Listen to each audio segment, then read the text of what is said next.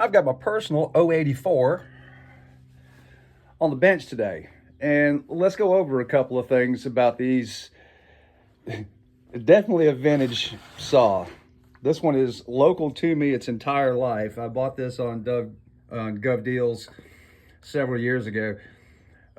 City of Greenville purchased this in November 3rd, 1992.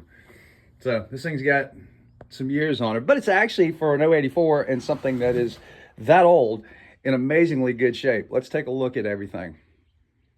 Everything about this saw is supersized. Hell, even the bar nuts, even though they're still 19 millimeter, the bar studs are larger.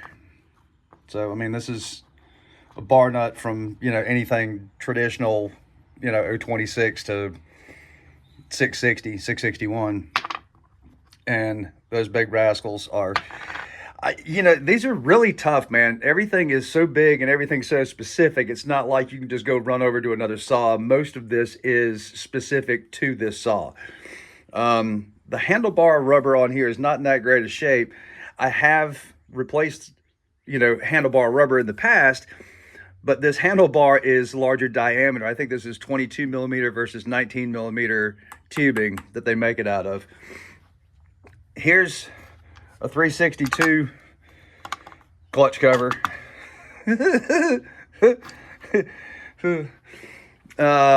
Let's see. So the reason for the teardown is I got some light scuffing here. I had an issue where this was sucking air and tried to put, a new pickup line on the original carburetor. They just don't make those anymore. I was lucky enough to find new old stock, brand hammer new carburetor to put on here, which makes me really happy. And just to show you the difference between this 084 carburetor and this is the same carburetor. This is the carburetor for a 394 or a 395. Also the same body as a 660, and that just shows you, these things are jumbo. There's the intake boot there, and here's a 660 intake boot. Hell, I think you can just fit that in there. Yeah, it fits. Chase the threads, they're kind of boogered up. I get too much wobble, like when I try and screw the spark plug in after I chase the threads. It's just too loose. So we're going to put an insert in that to make sure that it's right. Now, one of the cool things is my local dealer sold the City of Greenville parts for this shortly before they put it up for sale. And it was, again, because the carburetor was leaking here at the inlet. It's supposed to have a nylon fitting, and most of these cracked from age over the years. So what they did was they went and threw a bunch of money at this saw. Ooh, looks shiny. So there's a new, this intake boot is brand new. I think they did bearings and seals. I mean, he showed me an invoice, and I mean, it was like $400 or $500 worth of parts. Threw a new piston at it. And anyway, I'm going to replace the piston, clean up the cylinder, insert that. What else? New carburetor. Here's another thing. This muffler, if you can find one in good shape, it's worth like $200 or $300. They are very specific and weren't made out of, these actually kind of lightweight for such a heavy duty saw. So that's good that I have an intact muffler. All right, I got the cylinder back on. It's all cleaned up. There was hardly any transfer. I've got a new Meteor piston made in Italy, cabered rings installed. I'm going to get this set up, and I'm going to vacuum and pressure test everything just to make sure everything's good. And then I'll show you one of the most wild linkage setups to make all this work for the choke and throttle. Okay, so I got this hooked up and I started pumping it up, and I'm not holding pressure. checked everything on the top end and the boot and everything. And it turns out whoever installed this crankshaft seal did a terrible job. And it does not seal. It leaks around here at the bottom. I'm going to pull this seal. And I was like, wow, this is really dead in the water. I was kind of hoping to pull the cord on this thing today. So, go to my handy dandy Stihl parts lookup. And there's the, where we go? There's that bearing, or excuse me, there's a seal for that side of the crankcase. And if you look over on the side, it tells you where else it's used. It is a very common seal, just like the one I have in my hand. All right, I got a new seal installed, but when I had the seal out, I noticed that right there, hold on, I get something to point with. So right there, whoever removed this seal the last time or installed the seal scratched this little area right here. So I put some RTV and I 360'd it as well, just to make sure. I don't normally do that, but because of the poor previous installation, and I'm gonna let this RTV just cure up. It wasn't a huge gouge, it was just a scratch, but obviously in between the seal being installed poorly and that having a nick in it, I just want to make sure this is going to be good to go. So I'm gonna let this cure overnight, or actually on this nice beautiful sunny day, give it a little helping hand. Okay, next morning, voila, no leaks. Oh, but wait, we're still ever so slowly losing pressure. So I come over to this side and the seal looks perfectly fine, but it's leaking a little bit over here. Even if I rotate the crank, it still leaks just a little bit over there.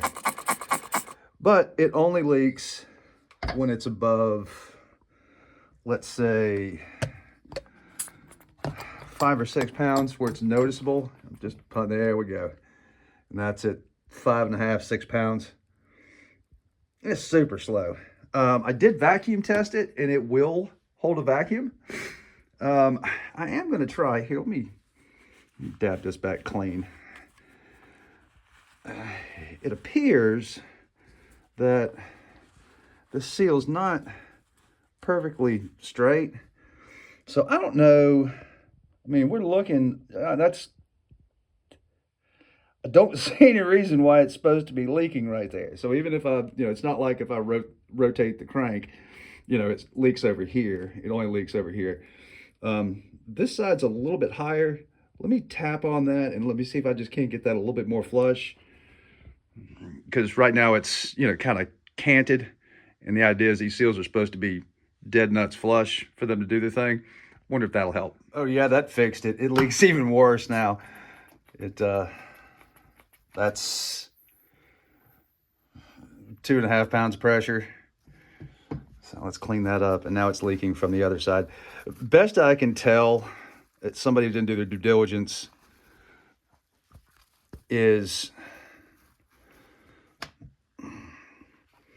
that shoulder on the crank right there.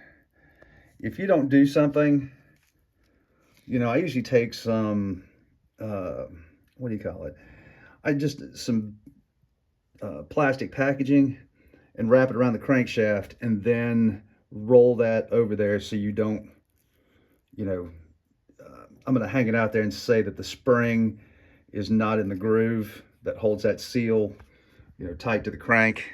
It's pretty easy to roll that, but it's not going to run right like this. So I'll have to order up a seal for that, as I don't have one. And I'll have to come back to this with parts in hand. Okay, seal kit finally came in. Now, show you what I'm doing here. This is like some kind of thick packaging. It's just, Stihl branded plastic. I mean, that a part came in. And the big hiccup getting this installed is this shoulder right there. And as you try and slide this over there, I mean, you see you're right there at it. So there's no way to get it over the shoulder and then onto, you know, the surface that it's supposed to mate to. Oh gosh. Okay, so I wrapped the plastic around there and then just gently wiggled it over, and it's actually made the transition over that. And I'm just gonna give this a little quick tappy tap. Come on. That should be flush. And then you'll just want to walk this plastic back off of it. Here, I'll do that without you having to wait for me.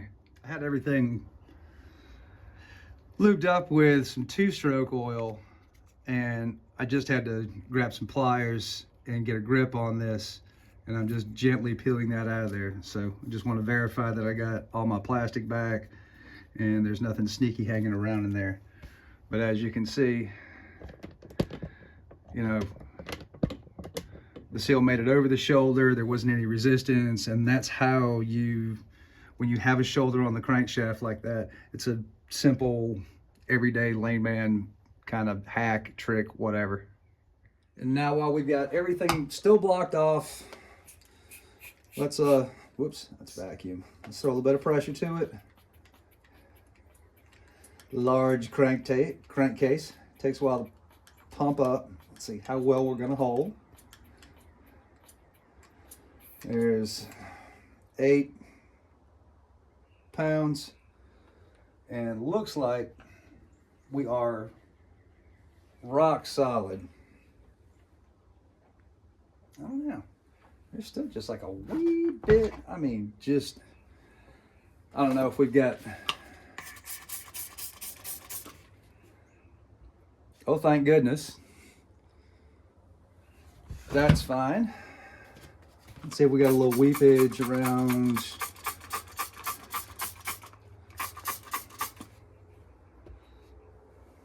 Anything there? Don't see anything there. I've lost about 1.5 pounds since I pumped this up. Let me continue to look. I just want to make sure that we are dead nuts good to go. It's my personal take on this is it's probably more important with a bigger saw that you don't have any air leaks or whatever. Even the tiniest one, you really want this to stay and hold like it's supposed to. So I'm gonna track down this last little bit of air leak. These saws are going to see much longer wide open throttle, whether it's milling, you know, large stump cuts, where you're going to be at wide open throttle for an extended period of time, you know, and that's where the heavy duty work, the heat starts to build up from that full wide open throttle, underload, you know, or if you hit something, then you're going to over rev just a little bit. So it's probably more important that this be more watertight than a frog's ass. Everything got a full once over. I did rotate the decompression valve, and I could hear a little bit of grit in there. So there may have been, and that's a metal against metal surface is your decomp valve, which is really a must on this big pig, or as most people affectionately call it, a boat anchor. They are seriously heavy, but I'm holding 10 pounds of pressure, and I think was it. There was just a little bit of the abrasive grit from cleaning up the cylinder left in the valve somewhere. Vacuum's holding steady, that hasn't budged, so I feel like I'm good to move on now.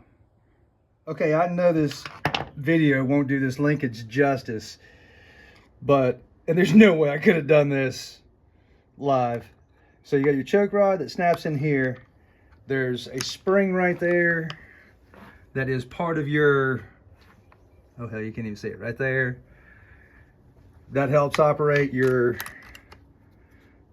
kill switch, and it's also the partial throttle, partial choke. You've got 3 linkage rods. Everything has to go right. There's your impulse line. Fuel line goes underneath.